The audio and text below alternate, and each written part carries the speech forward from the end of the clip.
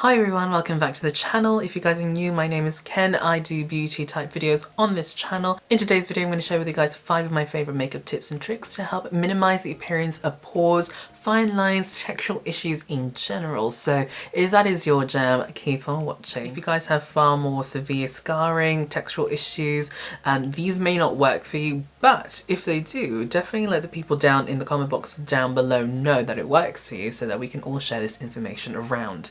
Okay, so my first tip is to use a silicone-based primer. So this one I've got is from Maybelline. This one is the Face Studio Prime Pore Minimizing Primer. And how I like to use this is to apply it in circular motions. Now, I know this isn't new. I know a lot of people use silicone-based primers for their fine lines and pores, but I feel like they only really apply it in one direction, like they slap it on that way.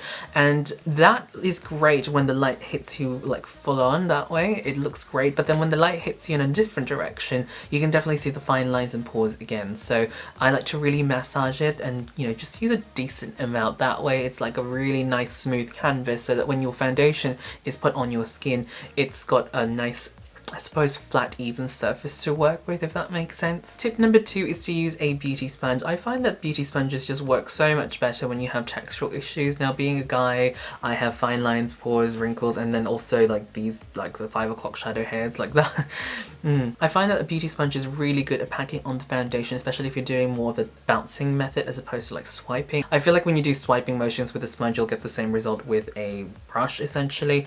Whereas when you do this, it just really packs on the foundation in that particular spot and it helps fill out the pore. And in combination with that silicone primer, I feel like it just makes everything like really nice and smooth. Tip number 3 is to avoid at all costs super matte foundations. Unless of course you have very oily skin, then maybe yeah, that will work for you. If you can get a sample, try it out first. In my experience, using super matte foundations are absolutely horrible for textural skin. I feel like it just really highlights everything and it just, you end up looking quite crusty towards the end of the day if your oils haven't kicked in and saved you. I would recommend using more, I'd say, demi-matte or satin finish foundations. They tend to be a little bit more flattering. Yes, I know some people with like large pores tend to have oilier skin, but trust me, you prefer that over a super matte foundation. A super matte foundation just is not flattering for many people. Tip number 4, if you're using a liquid foundation or cream-based foundation, make sure you set it with a powder. Now, before you say, wait, that doesn't make sense, you just said don't use a super matte foundation. Why do you want to set your foundation, your regular foundation, with a powder? Won't it give you a very similar effect?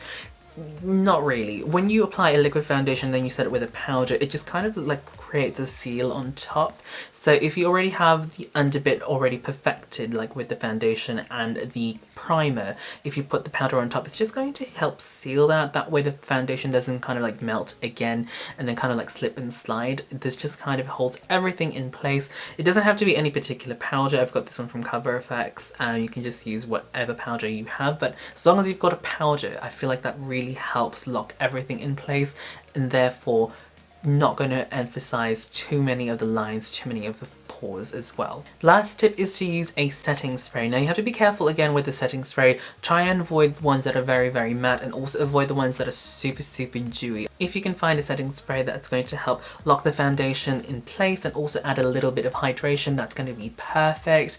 I find that super matte again emphasizes texture. Super dewy, now that can make things a little bit slippery because yeah, you know, if you make it too hydrated, things will start to move around and, you know, placement and stuff, and then you just end up looking a bit cakey as well. So that's just a big no-no. So there you guys go. Those are my 5 makeup tips and tricks on how to minimize the appearance of fine lines and pores. In the next video in this series, I'm going to be talking about skincare and what kind of skincare products you can use to help minimize the appearance of pores.